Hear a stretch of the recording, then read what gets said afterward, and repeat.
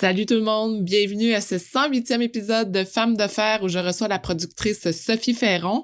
Après avoir suivi les pas de son père dans le milieu de la production au Québec et après avoir accompagné sa maman dans son développement professionnel en tant que sénatrice du Canada, Sophie Ferron s'est forgée une réputation incontournable dans le milieu de la télévision. Elle a entre autres participé au lancement de la chaîne de télévision Canal Vie pour ensuite s'installer dans les postes de direction de TQS pendant plusieurs années et elle est revenue aux sources en fondant ensuite Media Ranch qui possède des bureaux un peu partout dans le monde maintenant et elle est installée à LA. Sophie développe des projets télé de type format et là vous allez tout comprendre c'est quoi un format télé et elle produit ça et vend ça dans plusieurs pays. Et j'ai demandé à Sophie, est-ce que le Québec peut encore plus se démarquer à l'international? Quels sont les prochains marchés à développer aussi? On en parle durant l'entrevue, mais avant de commencer, je voulais vous dire qu'il y a quelque chose de nouveau pour Femmes de fer.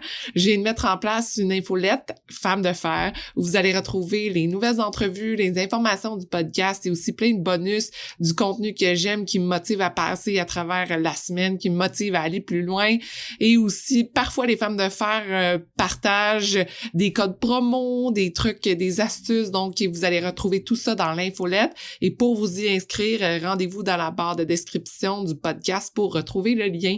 Alors maintenant, on écoute l'entrevue avec Sophie Ferron. Bonjour à vous, je suis votre animatrice Sophie Montminy et je me suis donné la mission de vous faire découvrir des femmes qui décident de faire entendre leur voix et de bouger les choses dans leur communauté, leur travail et leur famille. Peu importe où vous vous trouvez en écoutant le podcast, on a besoin de leaders positifs comme vous. C'est le temps de se laisser inspirer, d'ouvrir vos horizons et de changer le monde un pas à la fois. Bienvenue à Femmes de fer. Bonjour Sophie. Bonjour Sophie. Ça va bien? Ça va bien, merci. En direct de Los Angeles? Il fait beau, mais c'est un peu froid quand même le soir et le matin, mais disons qu'hier, il faisait 82, mais c'est surtout aussi, c'est le mode de vie qui est différent. On est en novembre et puis j'oublie, quand j'appelle à la maison, j'oublie qu'il fait froid puis il fait sombre.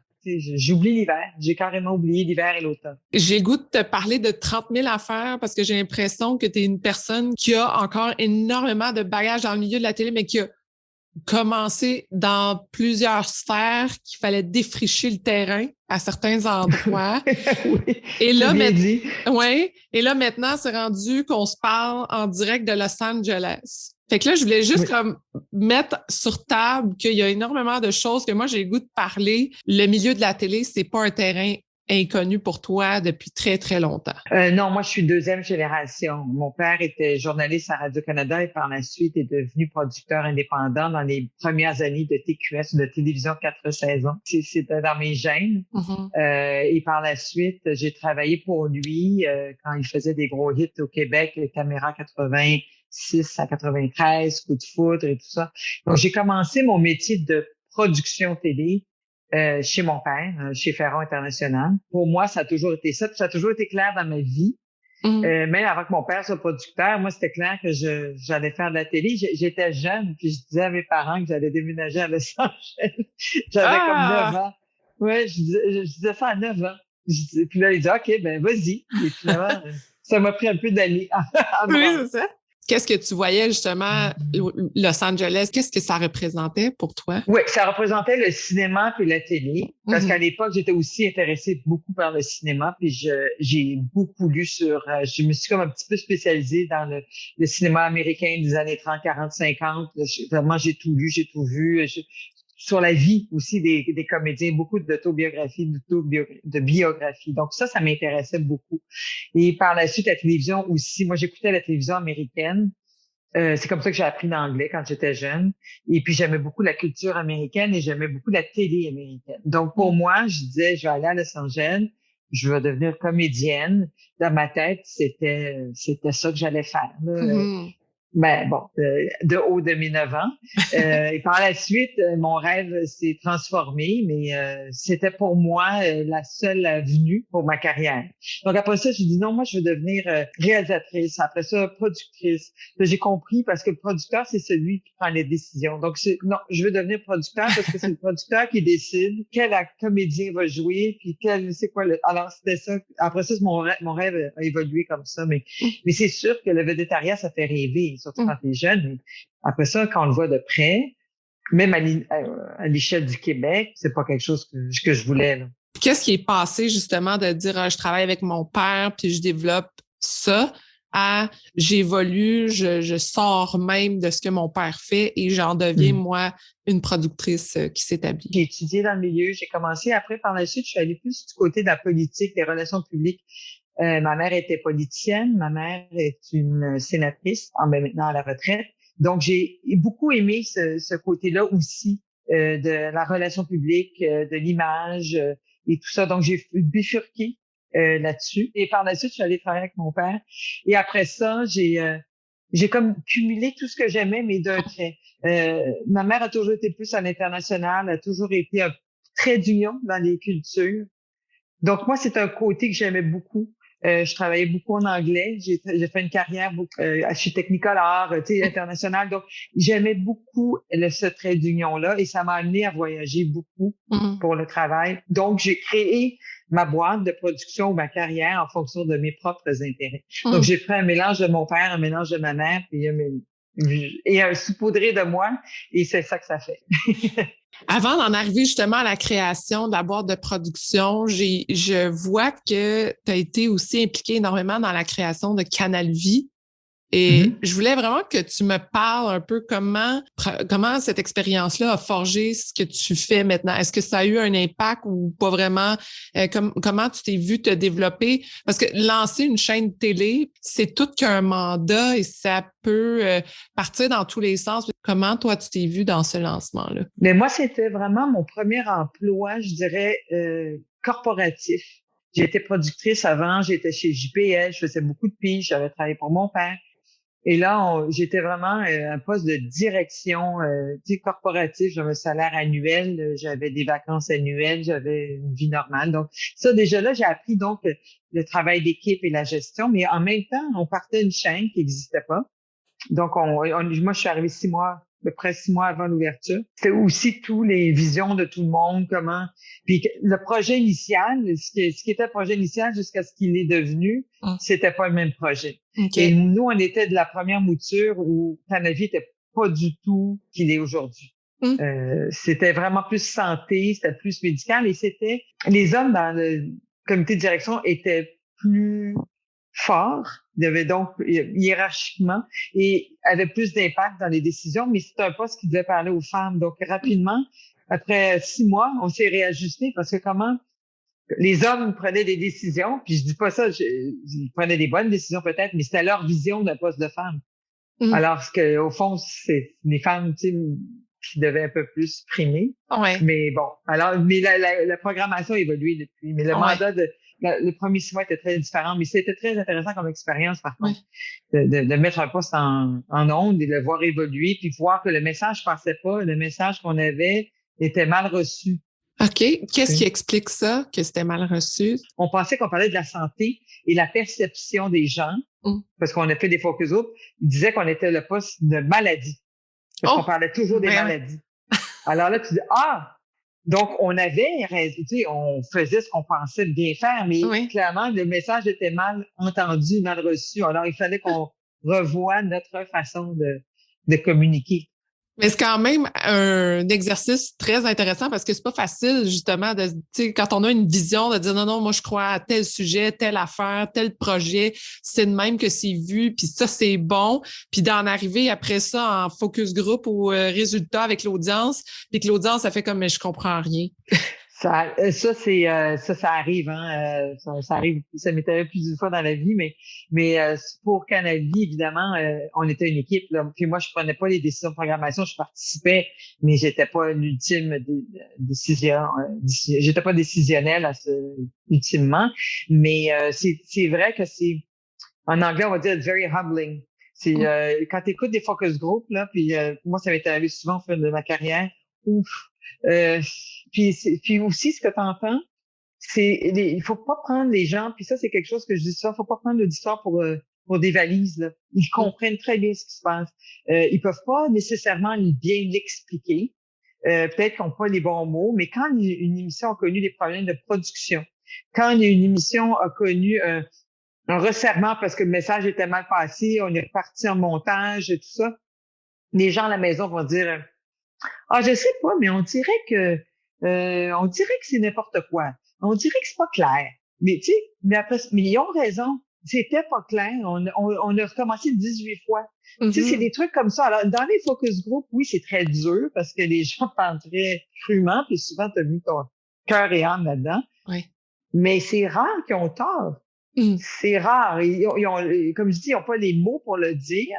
Ils ont raison. C'est vrai qu'on savait pas ce qu'on faisait, disons. Là. C'est vrai qu'on a dû réajuster. Oui. Puis comment on réagit justement quand tu as un projet qu'on travaille depuis, parce que c'est très long, développer des projets télé ou cinéma, comment on réagit quand le focus group fait comme non, ça passe pas? C'est difficile. Mais ça dépend à quel moment on se rend là. Des fois, on les prend en amont, des fois, on les prend après. Ça dépend de ce qu'ils disent aussi. Des fois, ils vont dire que c'est très bon, puis des fois, ils vont voir des choses que nous, on n'a pas vues, puis on dit, oh mon Dieu, ils ont raison.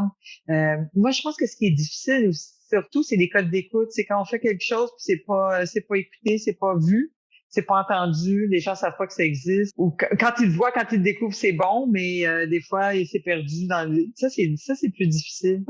Quand personne n'a vu ton émission, puis t'as passé 2 ans de ta vie à faire l'émission, c'est difficile. Oui. Qu'est-ce qui fait que justement le contenu, des fois, se perd et rejoint jamais son public? Ben, ça dépend. Jamais son public, ça dépend c'est quoi le public. Là. C'est rejoint le grand public, mais ça, c'est parce que les gens ils aiment pas l'émission. Puis, comme je dis, il faut toujours respecter les codes d'écoute parce que les gens sont pas cons. Ils sont bons. Les gens, si même une émission, on va dire, je veux pas nommer aucune émission, mais on va dire des émissions plus populaires qu'on pense qui sont vraiment qui nivellent par le bas. Là. Peut-être que ça nivelle par le bas, effectivement. Mais l'histoire est tellement bien racontée qu'il y a 2 millions de codes d'écoute. C'est parce que clairement, c'est bien fabriqué, c'est bien raconté. Parce que si c'est mal raconté, ils vont pas l'écouter. Des fois, les émissions trouvent pas leur public parce que il y a pas de promotion puis il y a trop de trafic, comme on dit. Aussi, des fois, c'est que les gens sont tellement sollicités qu'ils regardent juste les grandes émissions. Des fois, les postes de télé ne font pas de promotion. Écoute, c'est pourquoi on trouve pas le public. C'est très difficile à dire. Puis des fois, on le trouve plus tard. Tu sais, des fois, c'est à la 4e saison, on dirait que tout le monde a vu. Tu as vu cette série-là, mais il faut tenir le coup pendant 4 saisons. Il faut croire en son projet. Puis il faut que mais c'est pas juste notre projet, hein. C'est dans le cas de la télé, c'est le télédiffuseur, c'est les annonceurs. C'est tout un écosystème. Donc, il faut vraiment un soutien et un travail d'équipe. Quand Media Ranch a été lancé, qu'est-ce que ça représentait pour toi dans ta carrière, cette maison-là? C'est drôle parce que Media Ranch, j'ai parti de Media Ranch dans un moment où je m'étais séparée après 19 ans. J'avais arrêté de travailler aussi à ce moment-là. La fin de mon travail, c'est une coïncidence. Donc, je me suis concentrée sur qui j'étais, Sophie Ferron, là, parce que j'étais rendue pas mal loin de ce que j'aimais faire. J'étais rendue à un poste de gestion. J'étais vice-présidente d'exploitation chez TQS. C'était très loin de Sophie à 9 ans qui voulait déménager à Los Angeles et devenir comédienne. C'était très loin. J'ai beaucoup apprécié l'aspect gestion. J'ai appris énormément. Puis aujourd'hui, ça me sert encore. Mais j'étais rendue à un point où j'étais rendue très loin de mes propres intérêts. Donc, Media Ranch est venu symboliser mon retour à moi-même ou à mes intérêts. Puis, même juste le nom Media Ranch, je l'ai demandé à tous mes contacts. J'ai dit, je cherche un nom pour ma compagnie. Voici mes valeurs. Voici ce que j'aimerais dans la vie. J'aimerais avoir un ranch dans le sud-ouest des États-Unis. Voici ici, voici ça. Alors, j'avais donné plein d'indices de ce que je voulais avoir comme nom. J'ai dit j'avais pris tous mes contacts, puis j'avais dit la personne qui va trouver, je donne $500 à son œuvre de charité. J'ai reçu plein d'idées. Et puis finalement, c'est Media Ranch qui a gagné. Et à partir de ce moment-là, ça a été lancé dans l'objectif que ça représente tes valeurs à toi, Oui. de retourner, j'imagine, plus près du contenu. Si tu étais rendu trop loin dans la gestion, j'imagine que tu avais un besoin de revenir vraiment au Oui. contenu. J'avais besoin de retourner au contenu, à la créativité, à la flexibilité. J'avais besoin de retourner à des valeurs qui m'étaient propres à moi. Moi, pendant des années, j'avais fait le choix difficile de quitter la production, de quitter mon milieu pour faire le travail corporatif parce que, bon, j'avais une très bonne valeur sur le marché, j'avais des offres d'emploi très intéressantes, des mandats très intéressants. J'avais 2 jeunes enfants, j'étais mariée, tout ça. Alors, mon mari avait pris la maison de production et moi, je travaillais corporativement avec des horaires plus flexibles, plus rigides. Donc, ça m'aidait aussi d'être à la maison le soir. Tu sais, en production, c'est un peu plus difficile. Et j'étais rendue très loin de qui j'étais et je devais endosser des politiques d'entreprise, des fois, qui ne me représentaient pas. J'en ai fait là, de la gestion très difficile, de la gestion de crise, de la fermeture de services. J'étais obligée d'épouser des politiques qui me ressemblaient pas. Alors même, je me souviens que je disais, je sais pas ce que je vais faire, là, mais une chose est sûre, mes employés vont être très heureux de travailler chez moi. Puis ça va être comme ça, puis ça va être comme, je sais pas ça va être quoi, mais je pouvais plus endosser des politiques qui me ressemblaient plus. Est-ce que du jour au lendemain, la décision a été prise? Non, moi, je laisse le poste et je pars mes choses? Ça a été graduellement, c'est que j'étais de plus en plus malheureuse dans mon poste. J'étais chez TQS dans un poste je gérais des employés syndiqués, je gérais des conventions collectives. C'était très dur comme climat de travail. La salle des nouvelles et tout ça, c'est quand même une gestion assez lourde. Et j'étais très bien payée, mais j'étais pas très heureuse. C'était de plus en plus malheureuse. Donc, la décision s'est prise graduellement et éventuellement, je suis partie. Là. C'était évident. C'était évident là, qu'il fallait que je quitte. Et puis, après ça, je me suis concentrée sur moi-même. Vraiment. Je me suis ressourcée. En faisant quoi? En partant à Media Ranch. Et j'ai recommencé à aller au MIP. Je suis allée, j'ai dit, bon, OK, j'allais au MIP. Ça, c'est le marché international de la production qui est à Cannes 2 fois par année. Mon père m'amenait quand j'étais jeune, au début de ma carrière. Donc, j'ai dit, bon, je repars ma carrière. Puis l'international m'a toujours parlé. J'ai dit, bon, alors j'ai pris 3 entreprises que je connaissais. J'ai dit, je vais aller vous représenter au MIP. Ils ont payé mon inscription. Tu sais. Et je suis allée. Mais c'était pas juste pour eux, c'était pour moi aussi. Alors, j'ai renoué plein de contacts. J'ai fait des contacts à travers le monde. Et depuis ce temps-là, j'ai jamais arrêté d'y aller à part pour la pandémie. Mais 2 fois par année, même 3 fois dans le cadre du Festival de Cannes, j'allais à Cannes. Et c'est vraiment mon entreprise s'est forgée à ce moment-là. Là, c'est là que j'ai vu la nécessité de faire de la télévision internationale et de la faire autrement. Qu'est-ce que ça représente, justement, faire de la télévision internationale? Parce que au Québec, j'ai l'impression qu'on a vraiment les maisons de production, on a vraiment notre écosystème, on se parle aussi de notre star system. Qu'est-ce qui était l'intérêt de dire, moi, je fais de l'international et non pas, je viens m'installer au Québec puis je fais du contenu québécois? Mais j'étais installée au Québec. Sauf que moi, tu vois, ça revient avec mon trait d'union que je disais, j'aime faire le trait d'union entre les cultures.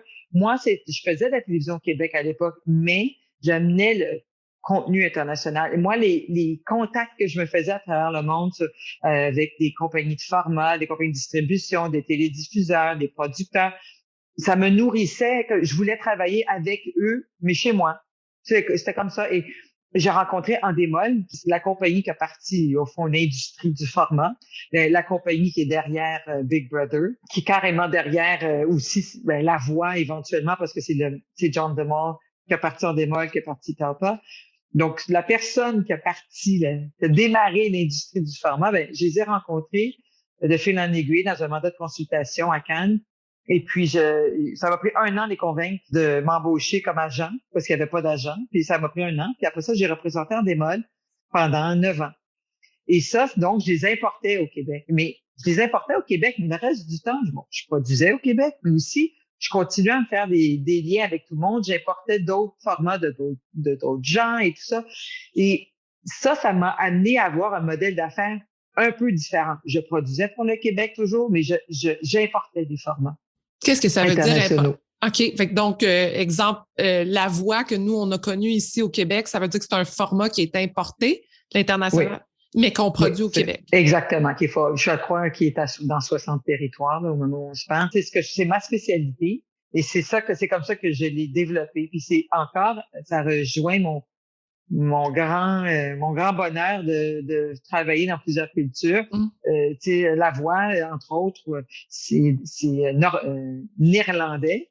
Bon, mais tu travailles avec des Néerlandais et puis là, tu l'importes au Québec. C'est pas moi, cela dit, qui a importé la voix. J'en ai fait plein d'autres, mais pas la voix. Tu sais, c'est de travailler avec toutes sortes de cultures, puis les amener au Québec, puis exposer le Québec à ça, puis même présenter le Québec à ces gens-là. Donc, parce qu'on est toujours en train de discuter dans le format des différences culturelles.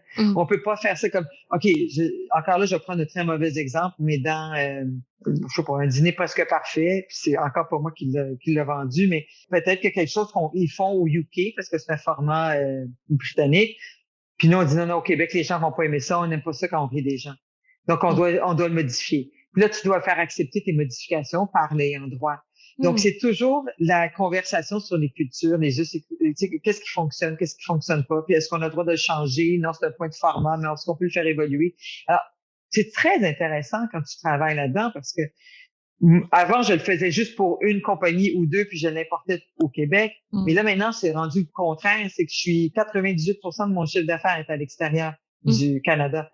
Donc, je suis tout le temps en train de dire les Danois et les Québécois, comment ils travaillent ensemble. Tu sais, les Américains, j'explique aux Américains qu'est-ce qui se passe en Pologne, tu sais, des trucs comme ça. Donc, puis comment ça se parle. C'est vraiment intéressant. Et le format évolue parce que c'est toujours le best practice. Alors, peut-être que le Polonais a trouvé une solution. Et là, on le dit, je sais pas, aux Américains, vous avez ce problème-là, mais les producteurs polonais, pour contrer ça, ils ont fait telle chose. Ah, c'est une bonne idée. Là, ça fonctionne. Donc, moi, c'est ça que je trouve fascinant et super intéressant de ce que je fais. Donc, c'est pour ça que des fois, quand on voit une émission télé qu'on aime beaucoup aux États-Unis, qui finalement est achetée au Québec, on la produit au Québec, c'est pas nécessairement la même chose. C'est que ça s'appelle un format, donc ça évolue selon le pays dans lequel il est produit, mais ça garde la même ligne directrice. Oui, il faut faire approuver tous les changements. Puis il y a des choses que tu n'as pas le droit de changer. Comme la voix, tu n'as pas le droit de pas avoir des chaises rouges qui tournent. Oui. Il y a des points, on appelle ça des points de format. Il y a des choses que tu n'as pas le droit de changer. C'est comme une franchise. Mais tu dois faire approuver les changements.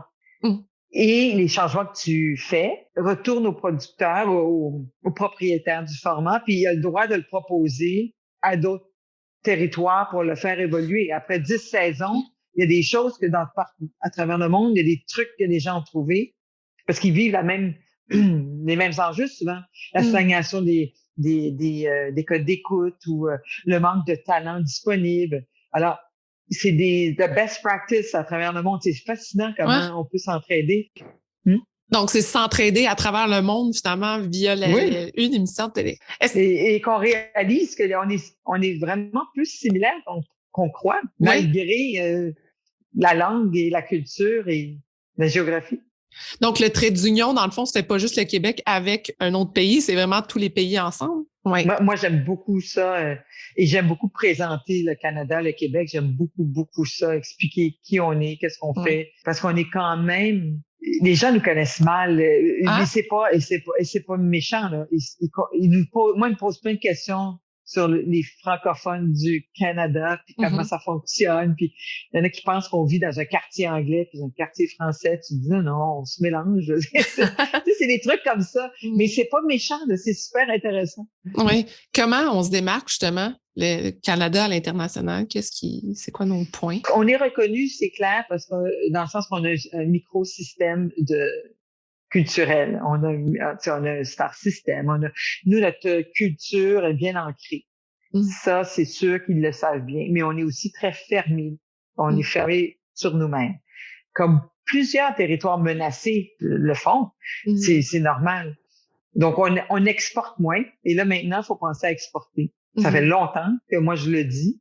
Je suis contente de voir que les autres commencent, mais ça s'improvise pas. Il faut s'ouvrir un peu plus vers le monde, mais c'est un peu normal quand on se sent menacé de se retourner vers soi. Toi, maintenant qui es à Los Angeles, là, que tu es positionné là, qu'est-ce que ça t'amène d'être positionné? Ça change beaucoup la perception des gens, parce que là, ils voient vraiment qu'on est plus qu'une compagnie de Montréal. On est une compagnie internationale, parce qu'on a quand même une présence à Amsterdam et à Varsovie. On représente la chaîne danoise à Copenhague. Là, maintenant, moi, je suis à la moitié du temps à Los Angeles. Donc, on devient une compagnie internationale, comme d'autres compagnies. Donc, c'est pas juste le Québec qui nous définit. On pense pas juste à notre territoire. Moi, j'aimerais ça, évidemment, avoir plus de formats québécois et canadiens dans notre catalogue. On n'en a pas beaucoup, mais on en a quand même quelques-uns, mais c'est très peu, trop peu. Et qu'est-ce que ça prendrait justement pour augmenter le catalogue? C'est plus de production québécoise? Ça manque de format, justement, ou ça manque d'intérêt à être exporté? La question est bien posée. C'est le format, ça s'improvise pas. Il faut qu'on y ait pensé à l'avance. Et si on est tourné vers soi, vers notre propre culture et notre propre marché, on peut pas après ça dire telle émission, on va l'exporter. Ben oui, mais ça intéresse personne d'autre. La façon que l'émission a été bâtie, c'est tellement personnalisé, ça s'exporte pas. Je parle du format, je parle de l'idée. Alors, c'est pour ça que nous, on a créé un incubateur de format qui s'appelle l'Écurie. Oui. Et pour former les gens à, c'est fou à dire de former des formats, là, mais c'est parce que de créer en amont l'idée de base en format. Pas de dire, une fois que c'est un succès, c'est un format, on va le vendre partout. Ben non, en quoi, c'est pas à cause que c'est populaire que c'est un format. Il y a une façon assez acquise. Qu'est-ce qui fait que c'est un format? Donc, c'est pour ça qu'on a créé l'Écurie. Et quand on va avoir une plus grande expertise localement, on va développer donc plus à l'avance les formats. Et le télédiffuseur va aussi le diffuser en tant que format et non changer l'idée de base pour être admissible à plein de crédits d'impôt ou à des sources de financement autres qui font en sorte que là, c'est plus le même format. On l'a changé pour avoir une subvention, on l'a changé pour avoir le fonds des médias. Mais oui, mais l'idée de base, c'était pas ça, mais on a dû modifier pour avoir des sources de financement. Puis je pense que l'Écurie commence à faire ses preuves. On est rendu à notre 3e saison. Et puis, on a déjà des ententes importantes à l'extérieur du Québec, à l'extérieur du Canada pour ces formats-là. Donc, parce qu'il y a certains titres qui ont été acceptés dans des maisons de production qui ont été créés dans l'Écurie. Écoute, il y en a un chez un télédiffuseur qui est CW. On en a un on est allé en co-développement avec Ubisoft par la suite pour... Maintenant, on est rendu, c'est le format officiel du jeu Just Dance. Alors là, c'est la compagnie de Jimmy Kimmel ici à Los Angeles qui l'a optionné. Donc là, on s'apprête à le pitcher en très bon français au marché ici. Donc, on fait beaucoup et on a une entente avec la Corée du Sud pour un incubateur de format là-bas. On fait des échanges. Alors, il y en a deux formats qui sont en ce moment en Corée du Sud. Ils sont pas encore en nombre, mais ils sont en co-développement ou ils sont en proposition. C'est ça. Parce qu'en étant positionné à Los Angeles, c'est que tout le monde se rencontre à LA aussi, là. C'est un peu, tous les gens viennent de partout pour venir à LA. Donc, est-ce que il y a un sentiment qui est un peu semblable pour tout le monde qui est là-bas? C'est-à-dire que c'est pas juste pour les États-Unis, là. Si on produit des choses à Los Angeles, c'est pour s'ouvrir à l'international. Oui, mais sauf qu'à Los Angeles, ils vont avoir un peu le même réflexe que plein de territoires, c'est qu'ils vont penser à leur territoire domestique, comme on dit, en premier. Mais là, maintenant, tout le monde a besoin d'argent. Alors, soudainement, le marché international devient très intéressant pour tout le monde parce qu'ils réalisent que la majorité du temps, là, tu fais 90% de ton argent à l'extérieur de ton marché local. C'est ça. C'est nouveau, ça, ou c'est juste... Non, c'est parce que les gens ne savaient pas, c'est tout. Tu fais une émission de cuisine, tu l'as produit la saison 1, habituellement, tu amortis tes coûts la saison 1, puis la saison 2, 3, 4, c'est intéressant. Mais imagine, tu as produit cette série-là, puis tu la revends dans d'autres territoires, mais toi, t'es pas impliqué, là, t'es impliqué à temps perdu. Quand ça part, là, c'est de l'argent beaucoup plus intéressant que quand tu le fais juste une fois dans ton territoire. Est-ce que vous aimez la discussion que vous écoutez présentement? Est-ce que vous voulez rester au courant des prochaines entrevues de femmes d'affaires? Si vous répondez oui à toutes ces questions, alors abonnez-vous dès maintenant à l'infolettre pour connaître des femmes ultra inspirantes. Rendez-vous dans la barre de description de l'épisode pour retrouver le lien. Ça devient de plus en plus international. Est-ce que l'arrivée, c'est une simple observation, est-ce que l'arrivée du streaming aussi a aidé à cette vision-là? de dire, ben c'est disponible sur Netflix. Fait que, Ouais. parce que moi, je me dis, là, l'exemple, les émissions québécoises ou les films québécois, dès qu'ils arrivent sur Netflix, tout le monde peut les écouter. Tout le monde y a accès, dépendamment de où c'est distribué sur les plateformes, mais ça se rend vraiment, vraiment facilement à l'international. Écoute, c'est la démocratisation du contenu. C'est que maintenant, il est accessible partout. Donc, c'est sûr que quand on a du contenu accessible partout, ça crée une demande sur le contenu. Donc là, on prend du contenu de partout. Et là, les gens s'habituent. Il n'y a pas si longtemps, les gens voulaient pas de sous-titres. Là, maintenant, les gens mettent des sous-titres. Donc, les gens s'habituent à avoir des émissions de d'autres pays, mais aussi, ça devient un peu la télévision généraliste. Et c'est international. Donc, un Netflix de ce monde, il veut avoir le grand format qu'il va pouvoir déployer lui-même à travers son propre réseau.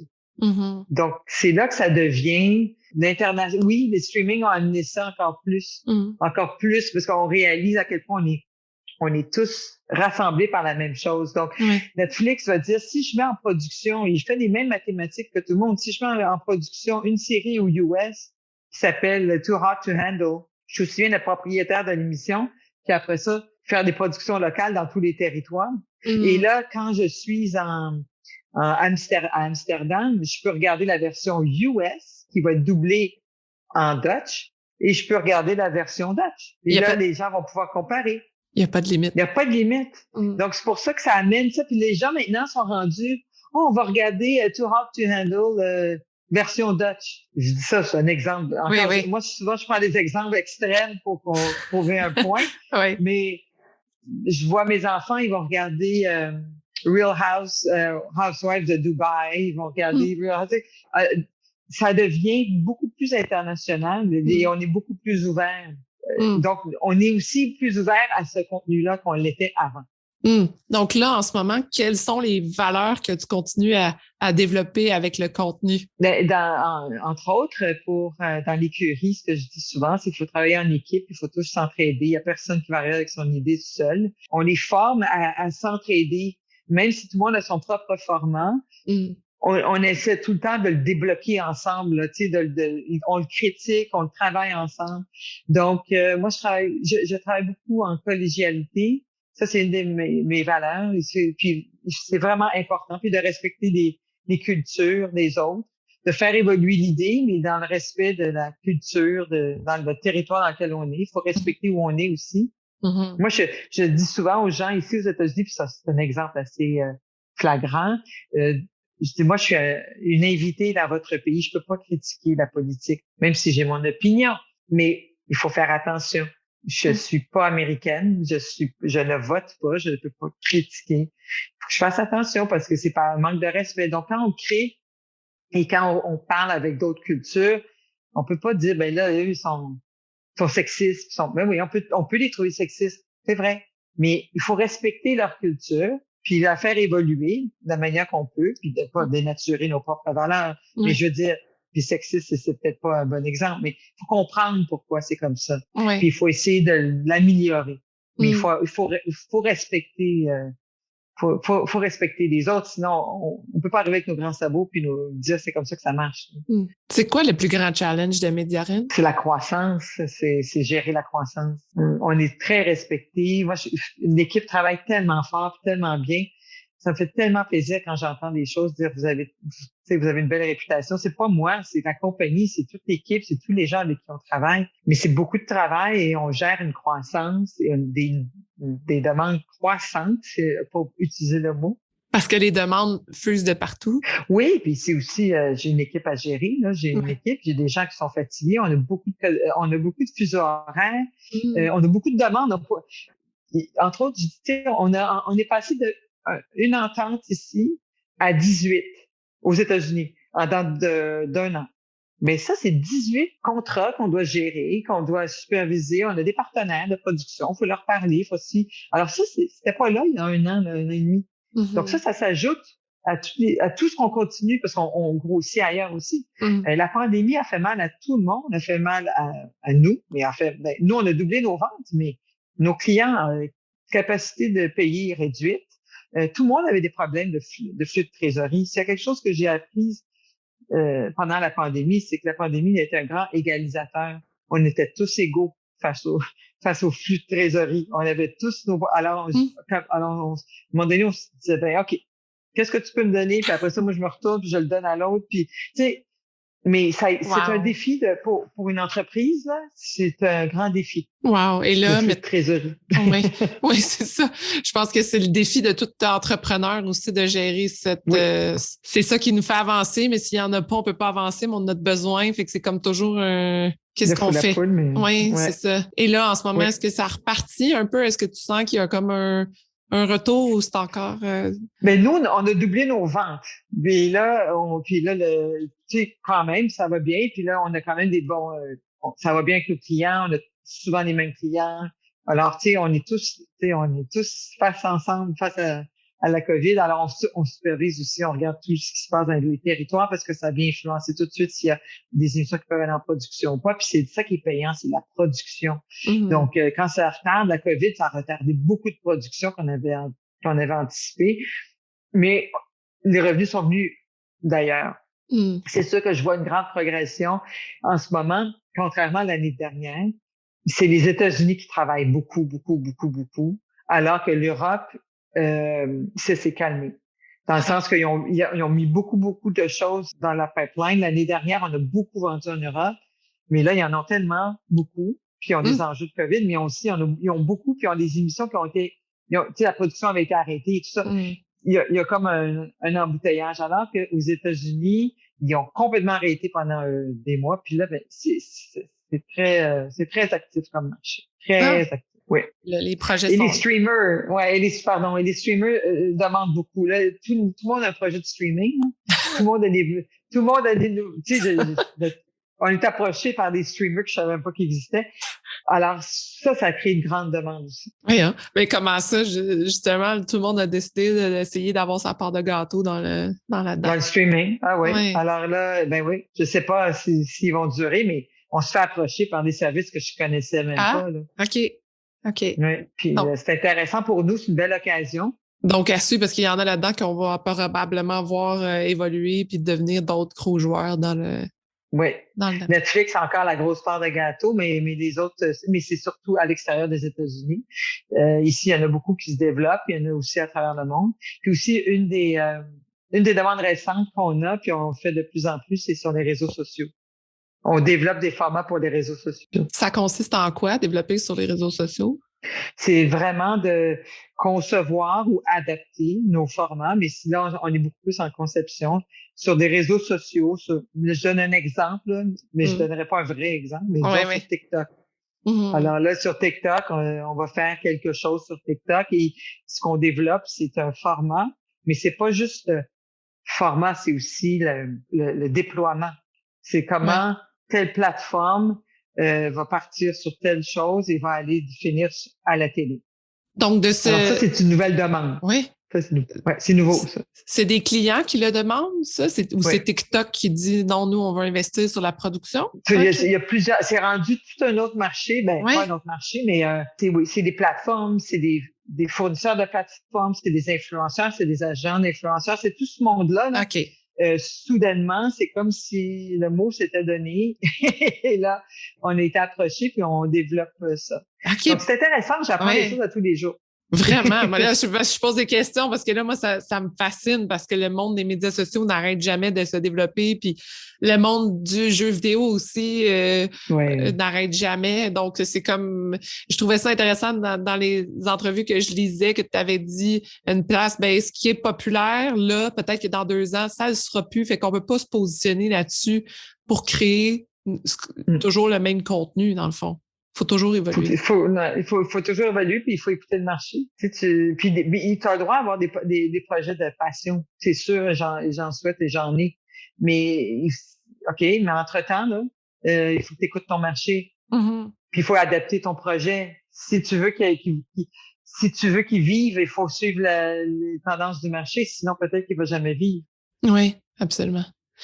Sophie, le temps file, puis je veux m'assurer qu'on ait... je savais que ça allait faire ça, que j'allais avoir plein de choses. que j'allais avoir plein de questions pour toi. Je fais toujours des questions de fin de podcast. Première question, pourquoi as-tu la gratitude aujourd'hui? Je suis très heureuse de mes filles, de ma santé, de mes amis, de mes collègues. Je suis bénie des dieux. Je suis entourée d'amour partout et de santé. Est-ce que la famille voyage à Los Angeles? C'est bien ça? Oui, j'ai une fille qui habite ici, qui travaille chez Comcast et elle a fait son college ici. Et j'ai ma fille qui travaille pour moi à Montréal. Donc moi, je suis bénie des dieux. Ouais, j'ai les deux quotidiennement. Donc, tu as partagé ta passion aussi à tes filles. Ça continue de ce côté-là. Elles aussi se développent là-dedans. Beaucoup, oui. Et elles trouvent leur propre chemin, leur propre voie. Je suis tellement fière, là. Tellement fière. Qu'est-ce qu'un leader positif? C'est un leader qui va mettre de l'avant le bon côté des choses toujours. Mais faut pas que tu fasses du déni, là. Mais positif, c'est bon, voici la situation. Un leader positif va être un leader transparent. Mm-hmm. Il va encourager les gens à se dépasser. Le moment dont tu es le plus fier? Écoute, je sais pas par où commencer. C'est sûr que mes enfants, mes enfants, ça, c'est sûr. Mais le reste, le moment le plus fier, c'est difficile parce que j'en ai tellement souvent. Je suis tellement fière de mon équipe. Je suis tellement fière je suis vraiment, là, je sais pas. Non, je peux pas en choisir un. Non. Ça sera pas juste pour les autres moments. Qu'est-ce que ça veut dire pour toi, femme de fer? Moi, je préfère dire femme de fer, F-A-I-R-E. Ça veut dire femme d'action. Ben, j'adore ça. C'est la première fois que quelqu'un me le dit, puis je me dis, quel beau concept, j'adore. Il y a beaucoup de gens qui ont beaucoup d'idées, mais ils en font rien. Il faut penser à l'action dans tous les sphères de notre vie. Oui, absolument. Ben, merci énormément, Sophie, pour cette magnifique rencontre. Ça fait un plaisir merci, de Sophie, te parler. C'est vraiment tout un plaisir. Si les gens veulent continuer à te suivre, à voir qu'est-ce que tu fais, c'est quoi la meilleure façon de te contacter? Media Ranch est sur Facebook et sur Instagram et on est sur LinkedIn. Génial. Merci beaucoup, Sophie. Merci beaucoup, Sophie. Vraiment, c'est une super belle rencontre. Merci de l'intérêt. Merci d'avoir écouté l'entrevue jusqu'à la fin. J'ai énormément de gratitude pour votre présence et j'espère que vous êtes totalement inspirés. Si vous voulez garder contact, rendez-vous sur le Instagram de Femmes de Fer et vous pouvez également vous abonner au Patreon de Femmes de Fer pour encourager l'équipe à produire encore plus de contenu pertinent pour vous. Je vous souhaite une magnifique journée.